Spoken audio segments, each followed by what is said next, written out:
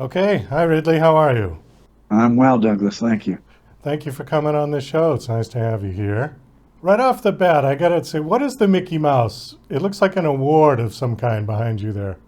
Oh, it was. Yeah. They gave me an award for education. I For a number of years there was a quest inside both the Magic Kingdom and then later in the Animal Kingdom, and readers of the Kingdom Keepers, the new book Inheritance is part of, would be bussed in. School kids would be bussed in, and they would follow the books and this sort of mathematical and word quest that I had written. And we had over 60,000 kids do that. So Disney eventually gave me this little Mickey award for it. Tell us a little about the premise of this. I know this is a series, but how does it relate to Yeah, Disney? And yeah, it's a series of books that take place inside the Disney parks, often behind the scenes and after everyone has left. That all the books stand alone. You don't need to have read them in order. And Villain's Realm, the new book that's out, focuses on Ursula, who has gotten her 8 tentacles on a vial of magical ink that Walt Disney used to draw the first few characters of his incredible career. And should she get her real paws on that ink, she could do damage to the Disney parks magic. So it pits 5 children who get inside the parks after dark, and it's set in 2040, unlike the earlier Kingdom Keepers, and then the second series, The Return. It's set in the future, and there's a city around Epcot in Walt Disney World. And the kids find a way to use Mickey's wand to draw portals that get them into international parks. So Villain's Realm takes place in Disneyland Paris, in Disneyland, and in Walt Disney World. And they're up against the formidable Ursula and her beautiful self, Vanessa, in trying to stop them from using this ink for bad causes. you said 8 tentacles. Is she an octopus? She is an octopus, Okay. All and right. she has her own ink, but Yes. that Okay. shall be that shall be revealed in the book. It says that you're an author of over 60 novels. Are all of your novels published? Yeah, that's 63 published. I've written more than that. I've written about 30 adult thrillers, a number of police series, and I've written about 30 or more books for young readers. How long did it take you to do that? Those 60 books, Yeah. I've been writing for 37 years, Oh, okay. So a career and I've author. been a bestseller for 34 of them. Oh, fantastic. I also I see on got here very that you're lucky. you're in a band with Stephen King.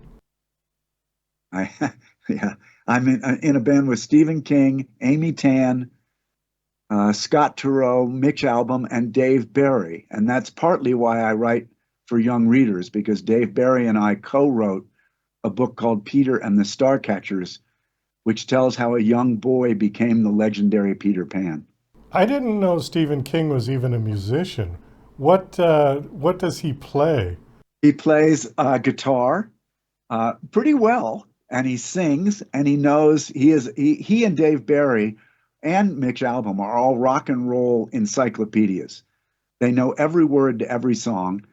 And Stephen is a showman. He gets up there, and within 5 minutes, he has the crowd in the palm of his hand. Everybody's going crazy. We all sing, we all do different songs. But whenever Stephen's doing one of his songs, the place is just and we are a terrible band. I mean, we're an awful band, but we're an awfully fun band. So we've never taken a dime for this. We do it to raise money for nonprofits. We've raised, I think, $3.5 million over the 20 some years we've been doing this. And we've never gotten better, but we have a ton of fun. You've been doing this for over 20 years with the band? The band has, yeah. The band actually is over 30 years, but I didn't want to make us sound too old. Wow. We started in 1991. What do you play? In this band, I play bass and I sing. Okay. What kind of music? I can't picture what sort of music. Is it just rock and Yeah, roll we sort play of? classic 50s and 60s rock and roll.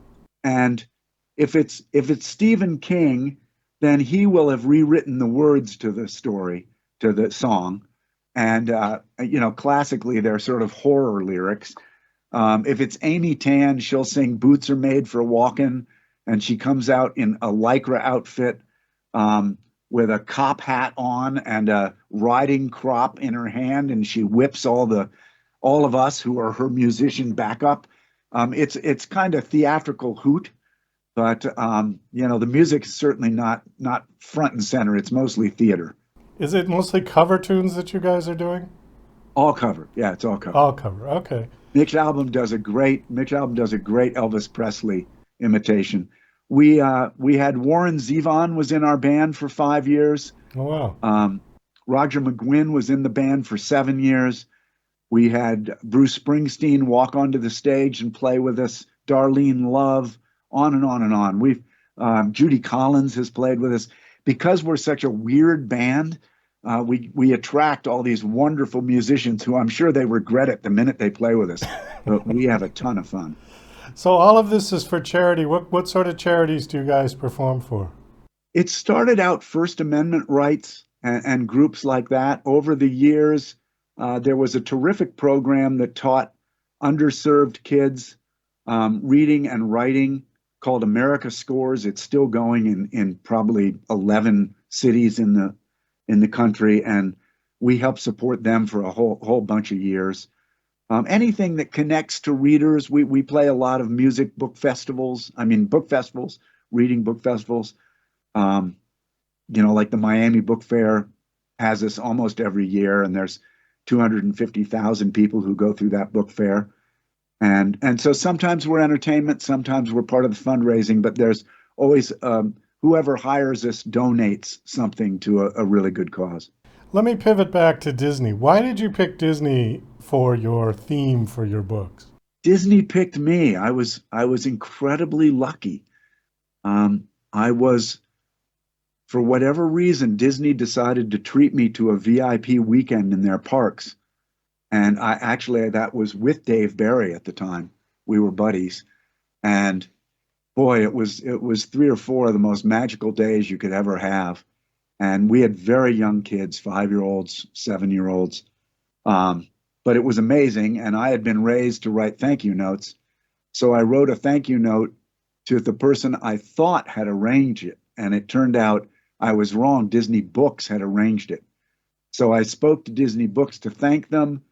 And they asked me what my favorite part of the park was. And I said my favorite part of the experience was that every attraction I was on was a story. It told a beginning, a middle, and an end. And the editor I was speaking to said, not everybody catches on to that. Have you ever thought about writing for kids? And that was the beginning of now a 25-year marriage. So, it's just been fantastic.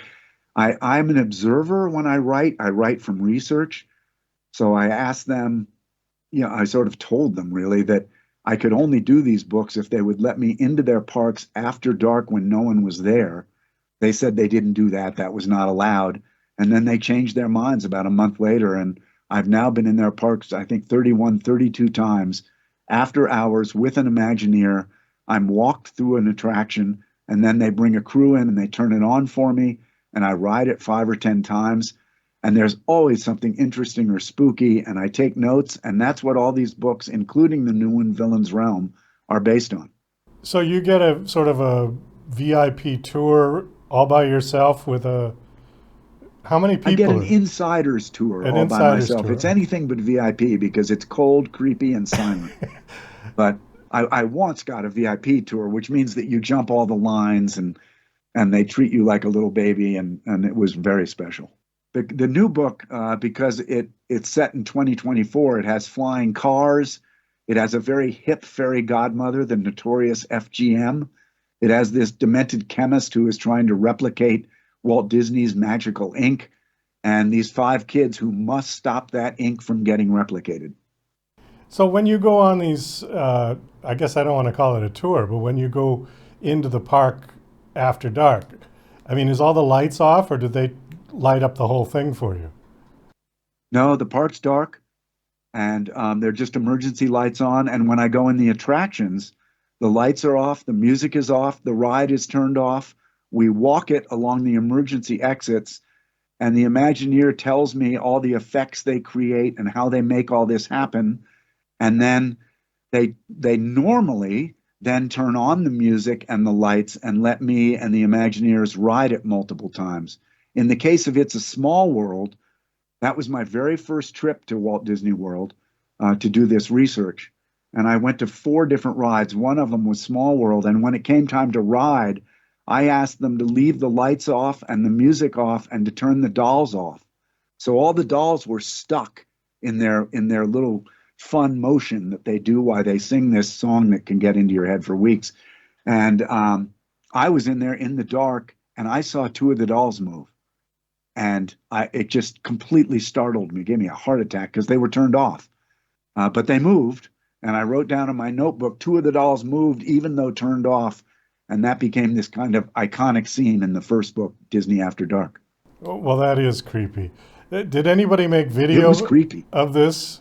Do you video it when you go in?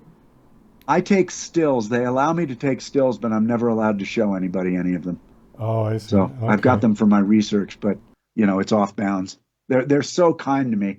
They do edit my books. The Imagineers read my books multiple times, and they say, please don't do that as much and pull this back and maybe. But they're very generous in allowing me to use my imagination inside their parks. Is there a Kingdom Keepers ride at Disney? I wish. We got pretty close a couple times. Not yet. We hope to first get Disney to do Kingdom Keepers for Disney Plus. We got very close last year, and I'm hoping it'll come around again. There was nearly a quest, a different kind of quest in Epcot. There was nearly a hologram. It wasn't really a ride, but it would have been a window attraction of holograms from the Kingdom Keepers in Disneyland. But these things have to go through many, many layers and investments and time, and none of them have come to pass. Okay, but you said there was almost an animated series? We've been close to an animated series. We were very close to a series for the Disney Channel years ago. And just last June, we got incredibly close to having Disney Plus shoot Kingdom Keepers. They would do probably 6 to 8 episodes for each book. And I'm hoping now that Percy Jackson, that series has done so well, I'm hoping that they'll reconsider Kingdom Keepers. We'll see. But Rick Riordan has brought them away for a minute from only Star Wars and Marvel, and Percy Jackson has done very, very well. They've just upped it for a second season, and I'm hoping that leads to some Kingdom Keepers work. Well, Ridley, I think on that we're going to have to wind this down. Thank you so much for coming on. The book releases today, is that correct? It does. This is inaugural day. Oh, super. Last question. Do you have a website that you want to give out? Sure, ridleypearson.com, and I'm on most social media under Ridley Pearson. Love hearing from readers. There's a direct link to my desk on the website to tell me how the books work and how they don't work, and I love hearing from readers. Okay, great. Well, thanks so much for coming on the show. It was nice meeting you and chatting with you. Best of luck with everything you're doing. Thank you, Douglas. Appreciate it.